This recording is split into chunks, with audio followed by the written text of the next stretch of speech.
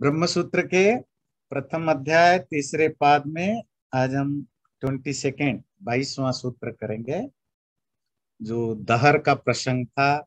दहर means हृदयाकाश, जो heart, जिसमें आत्मा रहता है उसमें परमात्मा भी रहता है। जो लास्ट डिस्कशन था कि अगर आप परमात्मा को मानते हो कि वो एक छोटी सी जगह पर रहता है, तो फिर कैसे वो सर्वव्यापक हो सकता है ना। तो उसका जो 21वें सूत्र में आंसर था, वो तो सिर्फ साधना के लिए, स्पिरिचुअल प्रैक्टिस के लिए व्यक्ति को एक एक रास्ता बताने के लिए बताया गया कि परमात्मा वहां है तो वहां मिल सकता है। तो वो एक स्पेसिफिक पर्पस के कारण, स्पेसिफिक कॉन्टेक्स्ट में कहा गया है कि परमात्मा हृदय में रहता है। पर इसका अर्थ नहीं है कि परमात्मा हृदय में ही रहता है, ही समझते हैं ओनली, नहीं, वो सब जगह रहता है। क्योंकि आत्मा वहां रहता है, इसीलिए आत्मा को वो परमात्मा वहीं मिलेगा। इसीलिए ये ऋषि लोग इस तरह के शब्द यूज करते हैं। उसी आर्गुमेंट को आगे बढ़ाने के लिए अगला सूत्र है अनुकृते तस्य च।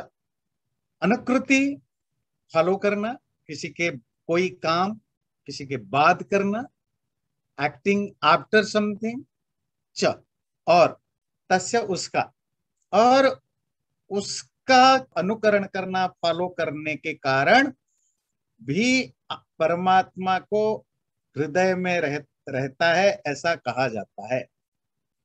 अनुकृति, anything we do after another act. किसी कृति मतलब एक्ट, अनुकृति फॉलो अप एक्ट, किसी के बाद करना। हिंदी में कहते हैं ना अनुकरण, फॉलो करना। ये अनुकरण का बड़ा इंटरेस्टिंग कॉन्सेप्ट है। परमात्मा आपको कब मिलेगा? परमात्मा को आप कब जान सकते हो? जब आप आत्मा को जान लेते हो। तो आत्मा को जानने के बाद ही परमात्मा जाना जाता है ना। तो परमात्मा को जानना क्या हुआ? अनुकृति हुई, an act what you do after something. कोई भी व्यक्ति ब्रह्म को पहले तो नहीं जान सकता, अनटिल अनलेस वो सेल्फ को जाने। पहले आप खुद को जानना पड़ेगा, और जैसे ही आप खुद को जानते हो उसी समय फिर आप उसको भी जान लेते हो, परम ब्रह्म को। पर वो हमेशा सेकंड होता है, पहले आत्मा को जानना होता है। आत्मा कहाँ है जी? हृदय में है। तो जब आप आत्मा को जानते हो, क्या जानते हो? कि आत्मा हृदय में है। और जब आत्मा को जाना तो परमात्मा को भी वही जानोगे। तो अनुकृति के कारण भी परमात्मा हृदय में रहता है, ऐसा बताया जाता है। तो पहला लॉजिक दिया जो पिछले बार पढ़ा था अल्पश्रुते, कि परमात्मा को छोटे से लिमिटेड जगह पर रहने वाला मानने से फिर वो तो सर्वव्यापक नहीं हो सकता। तो उसका उन्होंने आंसर दिया, नहीं, हृदय में रहने का अर्थ नहीं कि परमात्मा एक लिमिटेड स्पेस में रहता है। उसका कॉन्टेक्स्ट सिर्फ इतना था कि जब व्यक्ति मेडिटेशन करे, उसको पाने की कोशिश करे, तो उसको यही मिलेगा। सो ये रेफरेंस एक स्पेसिफिक कॉन्टेक्स्ट में था। इसका अर्थ ये नहीं था कि परमात्मा का स्थान यही है।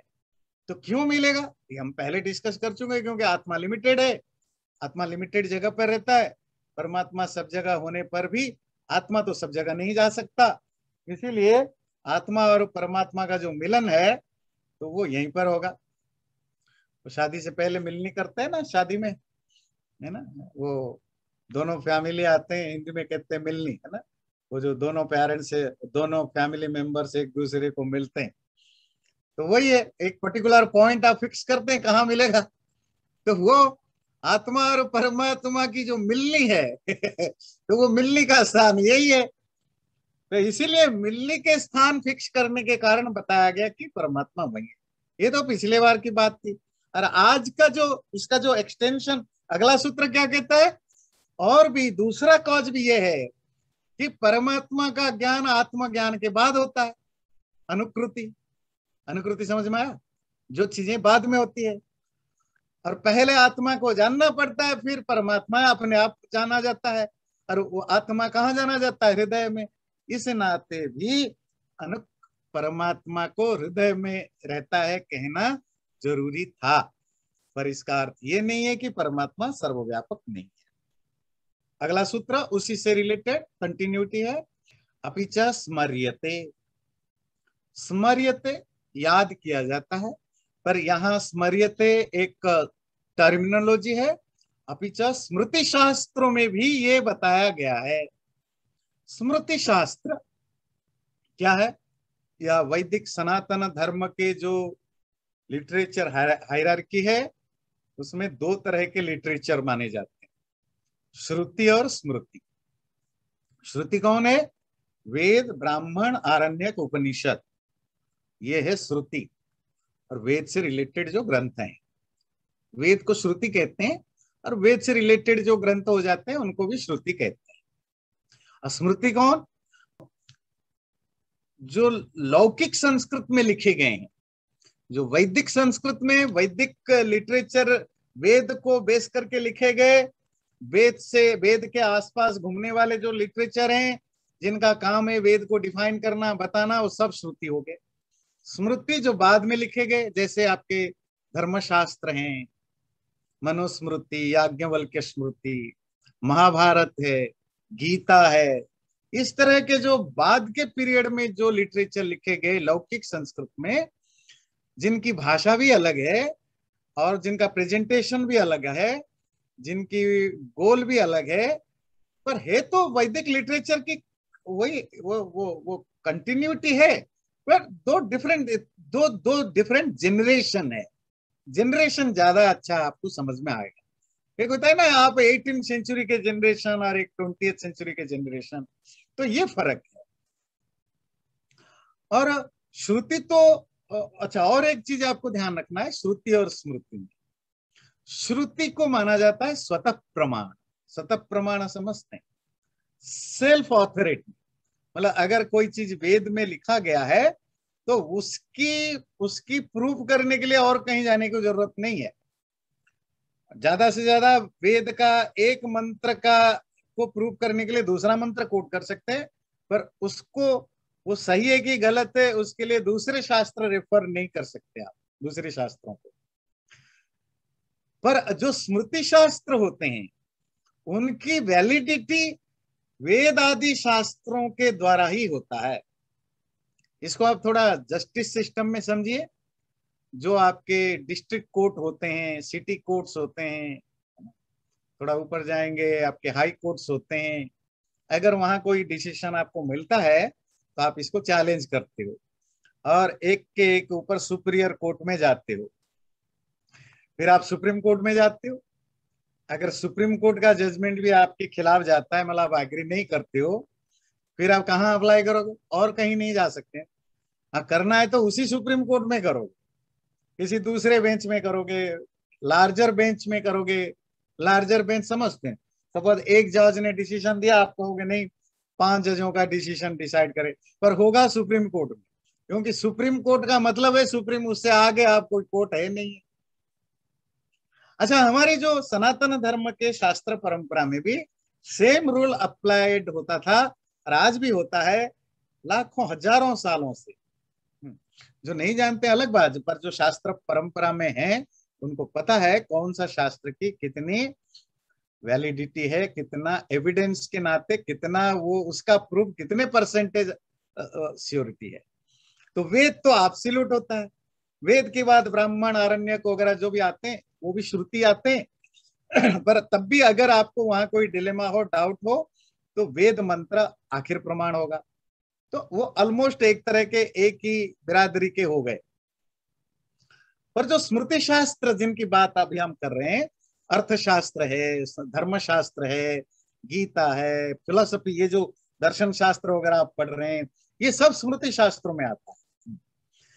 इनमें कोई बात अगर लिखी है और आपको उसमें आप एग्री नहीं करते या करते हैं, और आप चाहते हैं कि मैं इसको क्यों मानूं, मैं कैसे जानूं कि ये प्रमाण है, ये एविडेंस है।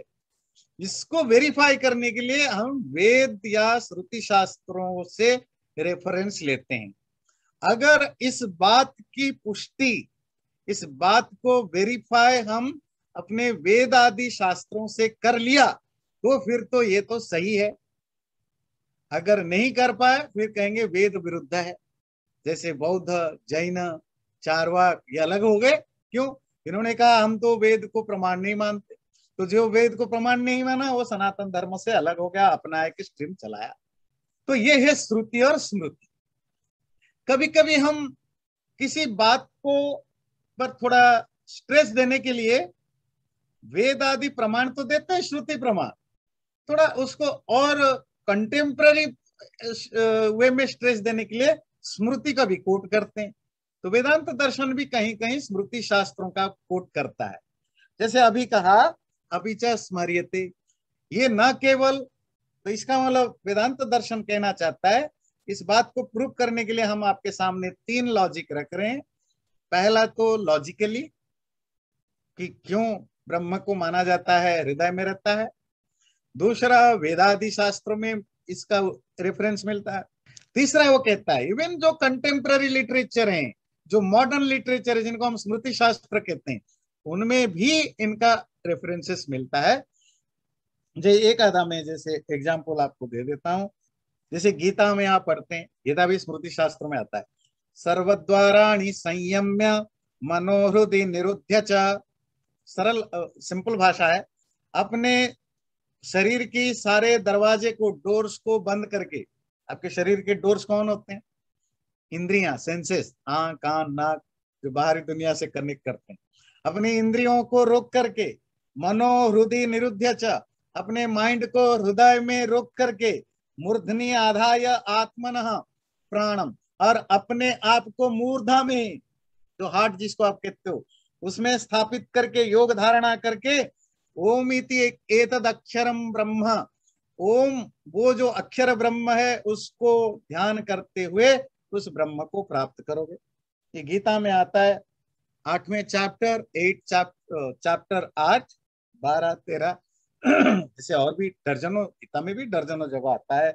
उपनिषद मनुस्मृति में आता है, कोट करते हैं, एको हम अस्मीति आत्मानं यत्त्वं कल्याण मन्यसे नित्यम स्थितस्ते हृदयेश पुण्य पापेक्षिता मुनि। कहते हैं मुनि, मनु कहते हैं वो अकेला परमात्मा, अगर पूछो कहाँ रहता है, वो तुम्हारे अंदर रहता है। और तुम्हारे अंदर कहाँ? बोलते हैं हृदयेश, तुम्हारे हृदय में रहता है। और क्या करता है? पुण्य पाप इच्छिता, तुम्हारे पाप पुण्यों को नोट करता रहता है, सुपरवाइज करता रहता है। शरीर से थोड़े, वो माइंड के अंदर रह करके माइंड को, वो जैसे ना आपकी गाड़ी में कोई चिप लगा दे, आजकल जैसे वो स्पाई लोग होते हैं ना, तो आपके फोन में एक चिप लगा दिया, आपकी गाड़ी में चिप लगा दिया, तो आपकी पूरी जानकारियां, कंप्यूटर में कुछ वायरस डाल दिया, सारी जानकारियां ले लेता है। तो परमात्मा वैसे ही है कि चिप की तरह आपके माइंड के अंदर, हृदय के अंदर लग जाता है और आपकी सारी इंफॉर्मेशन ले लेता है, जो छुपा के करते हो, दिखा के करते हो, सब ले लेता है। ये मनुस्मृति कहता है। तो इस तरह स्मृति शास्त्रों में भी इस बात को प्रूव किया जाता है कि वो परमात्मा हृदय में रहता है। पर अगेन, इस हृदय का अर्थ ये नहीं है कि परमात्मा हृदय से बाहर नहीं रहता। और अब ये तो स्मृति का प्रमाण दिया, अब थोड़े शास्त्रों का, श्रुति का भी प्रमाण देगा।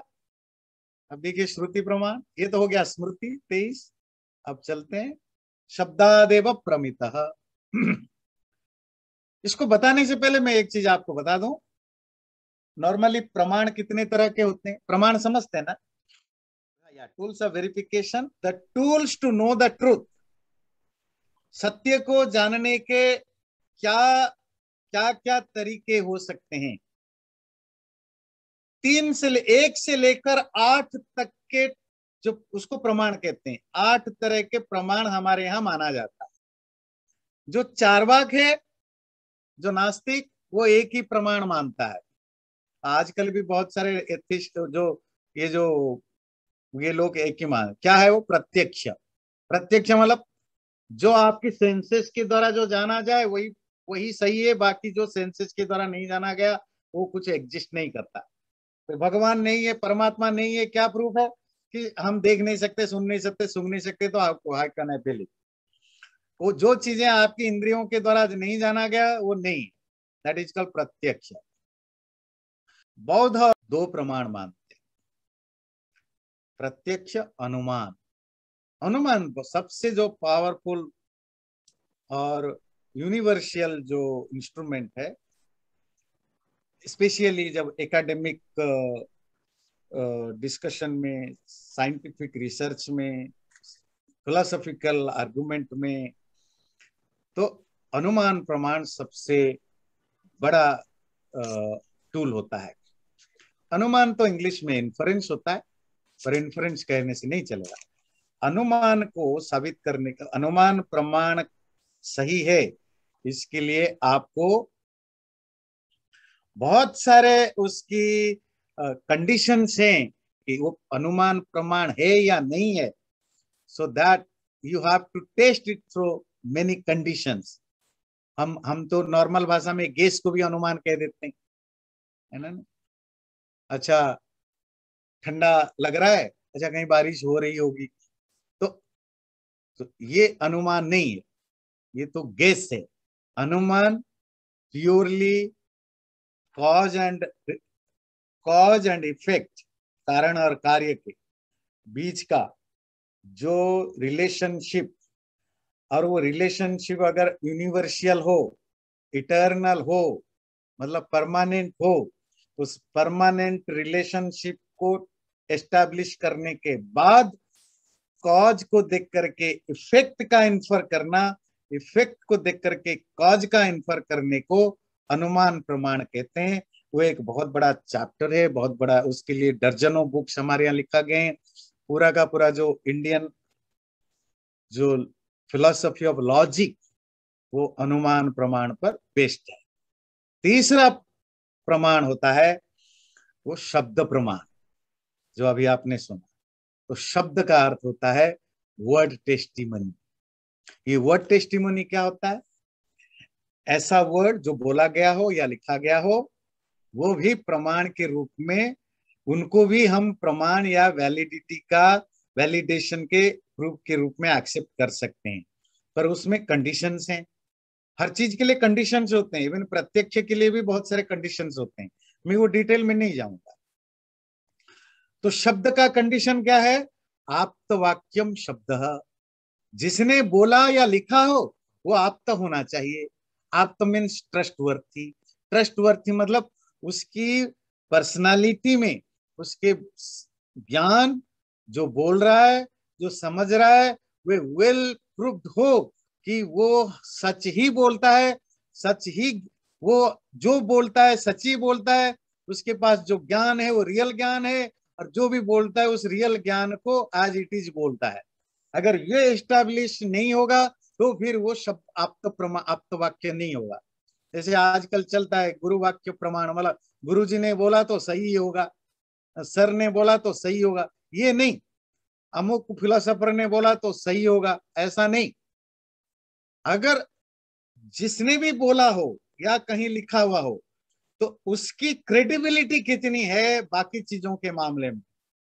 तो जब उसकी क्रेडिबिलिटी एस्टैब्लिश होता है, नहीं ये 100% ट्रूथफुल है, इसका खाली ट्रूथफुल होने से नहीं होगा, मूर्ख भी ट्रूथफुल हो सकता है। भाई मूर्ख भी तो ऑनेस्ट हो सकता है ना, पर क्या फायदा? रियल नॉलेज, नॉलेज भी उसका सही हो, जो जैसा आप कहेंगे सही नॉलेज क्या? जो जैसा है उसको उसी तरह का ज्ञान हो, जो दिख रहा है नहीं, जो रियल है उसको ज्ञान हो, और उस ज्ञान को सही बताए, तो उसको कहते हैं आप्त वाक्य। और वो प्रमाण हो सकता है शब्द प्रमाण। हमारे यहाँ वेदों को आप्त वाक्य माना जाता है और किसी को नहीं। बाकी जो शब्द प्रमाण होंगे, अगर वो वेद के द्वारा वैलिडेटेड होते हो सकते हैं, तो फिर हम उनको शब्द प्रमाण मानेंगे। तो शब्द प्रमाण मतलब शास्त्र प्रमाण हर लिटरेचर में होता है। आपकी वो पॉलिटिक्स में हो, फिलोसफी में हो, इकोनॉमिक्स में हो, साइंस में हो, टेक्नोलॉजी में हो, सब जगह आप अपने जो जो पहले से जो वेल एस्टेब्लिश्ड लोग हैं, आप इनको कोट करते हैं, उन्हीं की चीजों को फॉलो करते हैं। कोई बहुत बड़ा डॉक्टर रहा है आपके इंस्टीट्यूशन में, आप उनके अंडर काम किए हो, और उन्होंने जिसको भी, जो भी बीमार को देखा, उन्होंने ठीक किया, ठीक प्रिस्क्रिप्शन दिया, तो आप उनके, आपको पता है कि ये व्यक्ति का जो वे ऑफ वर्किंग है, जो अंडरस्टैंडिंग है, वो परफेक्ट था, तो फिर आप इसको फॉलो करते हो, ब्लाइंडली नहीं। अगर आपको, तो इसको कहते हैं शब्द प्रमाण। तो वैसे अलग अलग शास्त्र, कोई 4 भी मानता है, इसके अलावा चौथा होता है उपमान, पांचवा है अभाव, छठा है ऐतिह्य, सातवां है मुझे याद नहीं आ रहा है। तो ऐसे 6-7 तरह के प्रमाण अलग अलग शास्त्र मानते हैं। तो जो लॉजिकली बात होती है, ध्यान रखिए, वो सब अनुमान प्रमाण के अंदर आ जाता है। प्रत्यक्ष में तो जो आपको कोई ऐसा एग्जाम्पल दिया जाए कि जो आप खुद एक्सपीरियंस करते हो, वो प्रत्यक्ष प्रमाण हो गया। और शब्द प्रमाण जब आप शास्त्रों को कोट करते हो, स्मृति शास्त्र का तो कोटेशन हो गया, अब हम शब्द प्रमाण देते हैं। शब्दाद एव प्रमिता, ये जो परमात्मा शब्द प्रमाण से भी, शब्दात प्लस एव मतलब इंडीड, शब्दात मतलब बाय द शब्द और बिकॉज ऑफ शब्द, प्रमित, प्रमित कहते हैं measured. What does it mean? शब्द प्रमाण में भी परमात्मा को मेजर्ड बताया गया है। पर ये बड़ा आयरनी है, परमात्मा मेजर्ड कैसे होगा? परमात्मा तो अनलिमिटेड है, अनमेजरेबल है, सब जगह सुनते आ रहे हैं। पर कहीं कहीं वेद उपनिषद शास्त्रों में परमात्मा को मेजर्ड कहा। क्यों कहा, कहां कहा? वो एक स्पेसिफिक कॉन्टेक्स्ट में कहा गया। वही है जो हमने भी डिस्कस किया।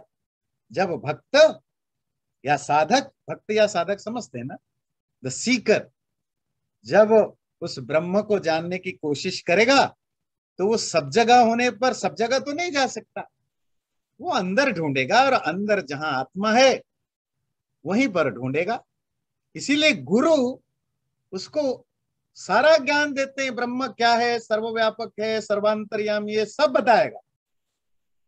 थ्योरी समझ लेने के बाद शिष्य पूछा कि मैं फिर उसको कहां मिलूं?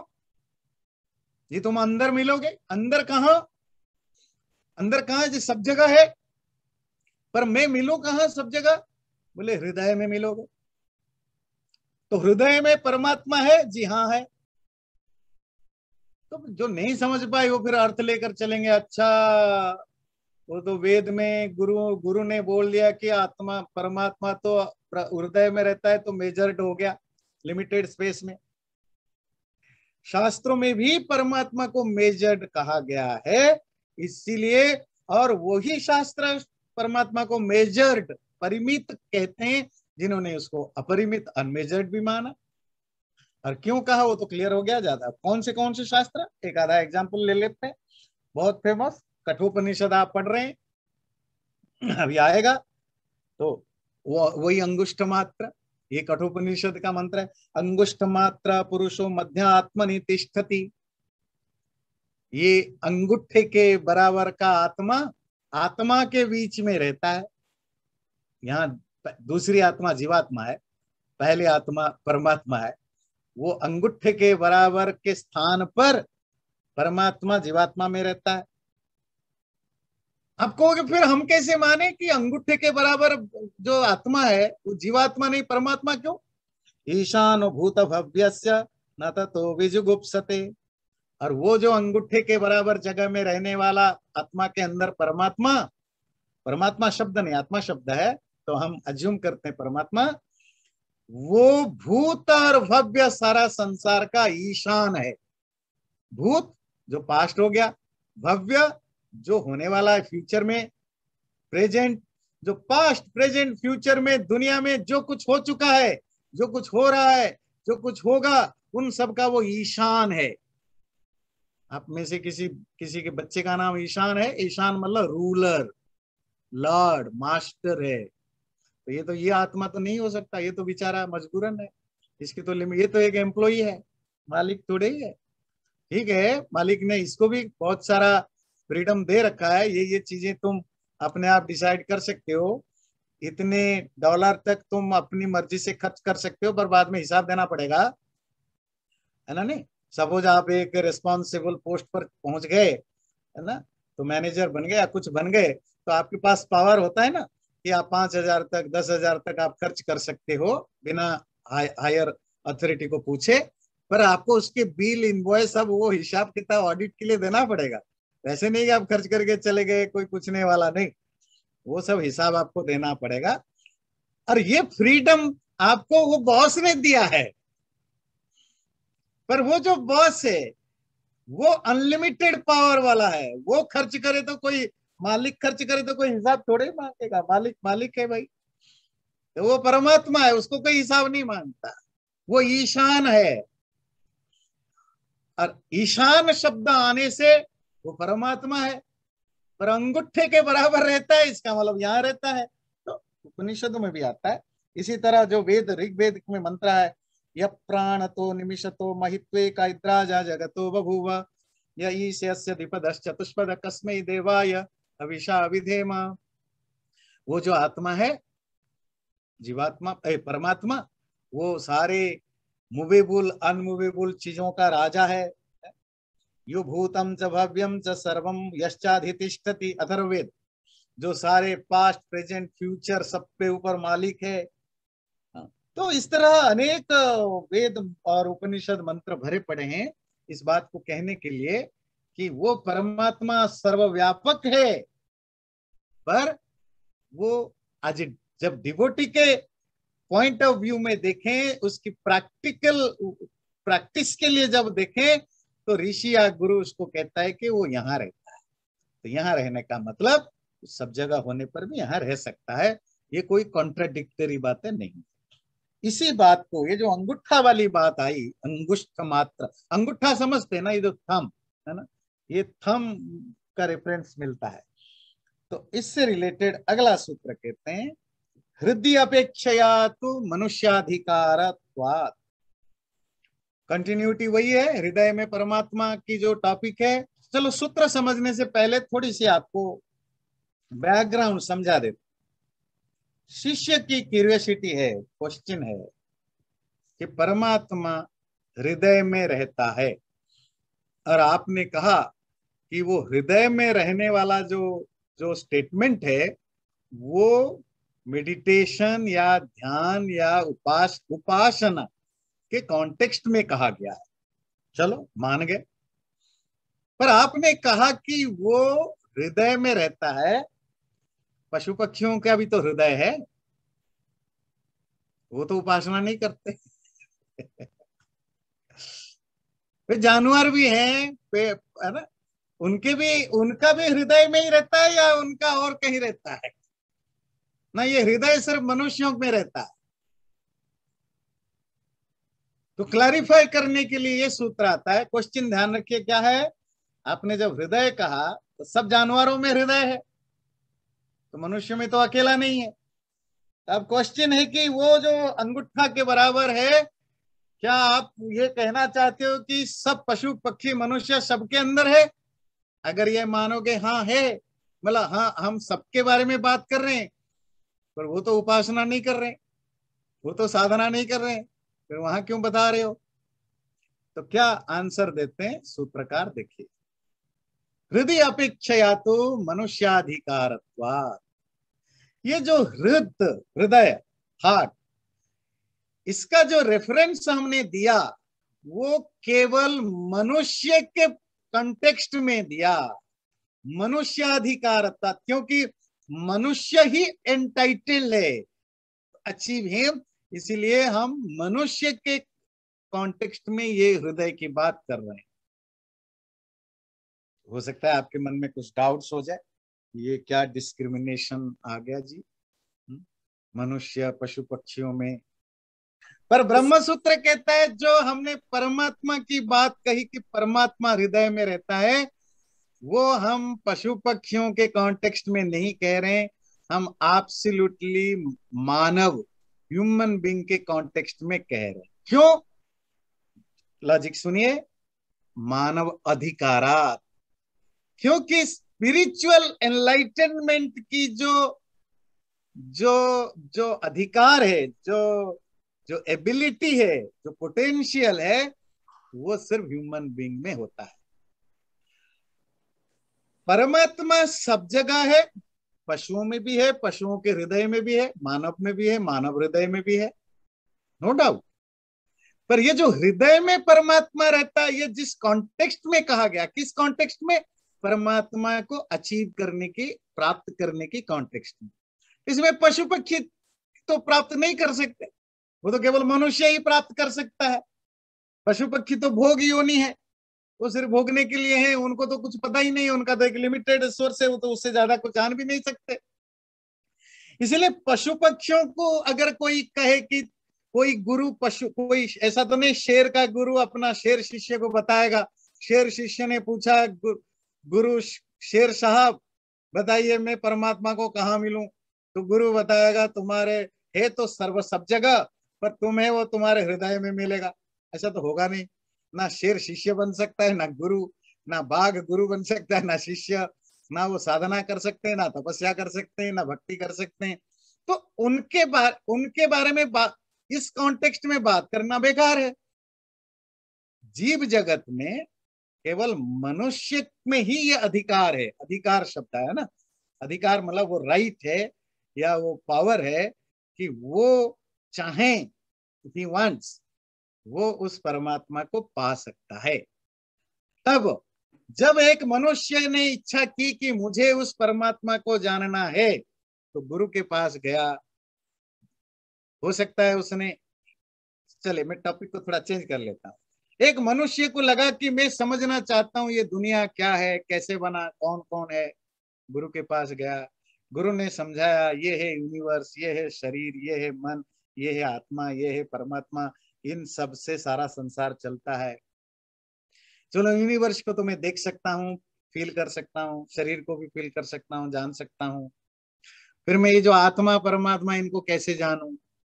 तो गुरु बोलेगा उसको तुम्हें उसके लिए साधना करनी पड़ेगी। तो शिष्य ने पूछा वो आत्मा कहाँ रहता है? वो तुम्हारे अंदर रहता है। अंदर कहाँ रहता है? तो यहाँ रहता है। तो तुम्हें जब साधना करनी हो तो वहीं पर उसी को पाने की साधना करोगे। अच्छा जी, फिर वो परमात्मा को मैं कहाँ मिलूं? कहाँ रहता है जी? सब जगह रहता है, पर मैं मिलूं कहाँ? बोले अंदर ही मिलोगे, तुम्हारे अंदर। कहाँ मिलूं? ना जहाँ आत्मा रहता है वहीं मिलोगे। तो फिर गुरु कहता है परमात्मा हृदय में रहता है, तो तुम्हें हृदय में ही उसको ढूंढना है, बाहर नहीं ढूंढना। बाहर ढूंढोगे तो मिलेगा भी नहीं, है तो बाहर, पर तुम्हें नहीं मिलने वाला, तुम्हें वहीं मिलेगा। तो कॉन्टेक्स्ट कहाँ था? एक मानव शिष्य मानव गुरु से अपनी नीड या वांट्स को शेयर कर रहा है और इच्छा को प्रकट कर रहा है और जानना चाह रहा है कि मैं उसको कहाँ मिलूं। तब गुरु कहता है कि वो परमात्मा तुम्हारे हृदय में है। तो जब कोई शास्त्र कहता है कि परमात्मा हृदय में है, तो वो एक स्पेसिफिक कॉन्टेक्स्ट में है, और वो स्पेसिफिक कॉन्टेक्स्ट भी केवल मनुष्य के संदर्भ में प्रसंग में होगा, पशुओं के संदर्भ में नहीं है। बात क्लियर हुई? कोई कोई डाउट तो नहीं है ना? ये बड़ा इंटरेस्टिंग डिस्कशन है ना?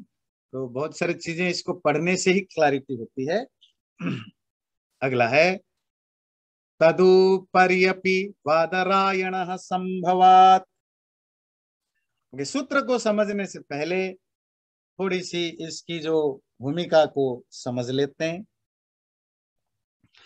जब जीवात्मा, जो कि कॉन्शस है, चेतन है, परम ब्रह्म की या परमात्मा की अब तो धीरे धीरे आपको कुछ वर्ड्स का मीनिंग पता लग गया, जैसे जिज्ञासा, जानने की इच्छा, क्यूरियोसिटी, है ना? तो ये सब चीजें धीरे धीरे आदत कर लीजिए। जब जीवात्मा परमात्मा की जिज्ञासा या क्यूरियोसिटी उसके अंदर होता है, तो वो उसको जानने के लिए अपने हृदय में जो परमात्मा है उसको जानने को समर्थ हो सकता है, और कहीं जानने की कोशिश करने की जरूरत नहीं है। कहीं बाहर दुनिया में, मंदिर में, मस्जिद में, इधर उधर जंगल में उसको ढूंढने की जरूरत नहीं है, क्योंकि जो जीवात्मा है वो परिच्छिन्न, मतलब एक लिमिटेड स्पेस में रहता है। और दैट्स हाउ हम इसको कहते हैं कि परमात्मा भी वहीं अन्य वहीं मिल जाएगा।